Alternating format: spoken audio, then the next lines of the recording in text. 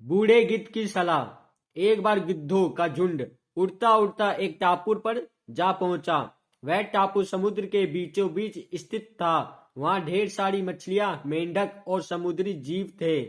इस प्रकार गिद्धों का वहां खाने पीने का कोई कमी नहीं थी। सबसे अच्छी बात यह थी कि वह गिद्धों का शिकार करने वाला कोई जंगली जानवर नहीं था। गिद्ध वहां बहुत खुश थे। इतना आराम का जीवन उन्होंने पहले देखा नहीं था। उस झुंड में अधिकांश गिद्ध युवा थे। वे सोचने लगे कि अब जीवन भर इसी टापू पर रहना है, यहाँ से कहीं नहीं जाना, क्योंकि इतना आरामदायक जीवन नहीं मिलेगा। लेकिन उन सबके बीच में एक बूढ़ा गिद्ध भी था। वह जब युवा गिद्धों को देखता तो चिंता में पड़ जाता। वह सोचता कि यहाँ के आरामदायक जीवन का इन युवा गिद्धों पर क्या असर पड़ेगा। क्या ये वास्तविक जीवन का अर्थ समझ पाएंगे। यहाँ इनके सामने किसी प्रकार की चुनौती नहीं है। ऐसे में जब किसी भी मुसीबत इनके सामने कभी भी आ गई तो ये कैसे उसका मुकाबला करेंगे।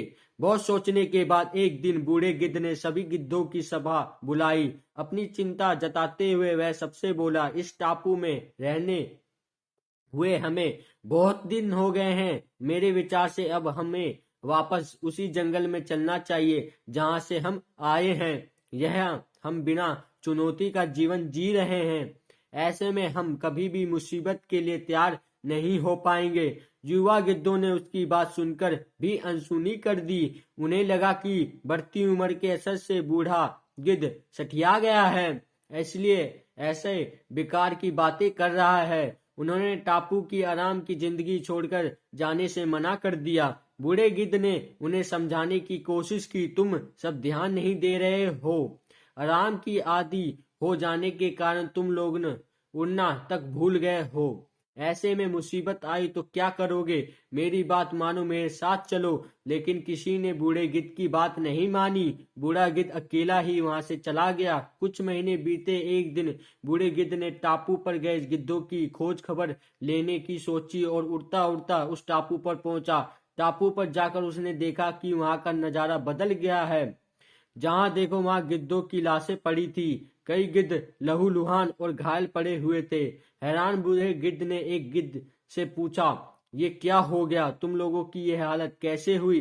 घायल गिद्ध ने बताया, आपके जाने के बाद हम इस टापू पर बड़े मजे की जिंदगी जी रहे थे। लेकिन एक दिन एक जहाज यहाँ आया। उस जहाज से यहाँ चीते छोड़ दिए गए।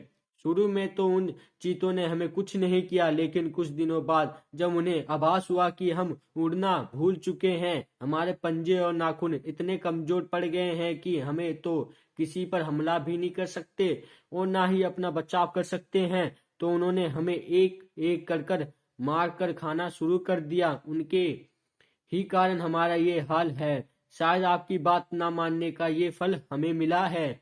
सीख, अक्सर कंफर्ट जोन में जाने के बाद उससे बाहर आ पाना मुश्किल होता है। ऐसे में चुनौतियां आने पर उसका सामना कर पाना आसान नहीं होता। इसलिए कभी भी कंफर्ट जोन में आकर खुश ना हो जाएं।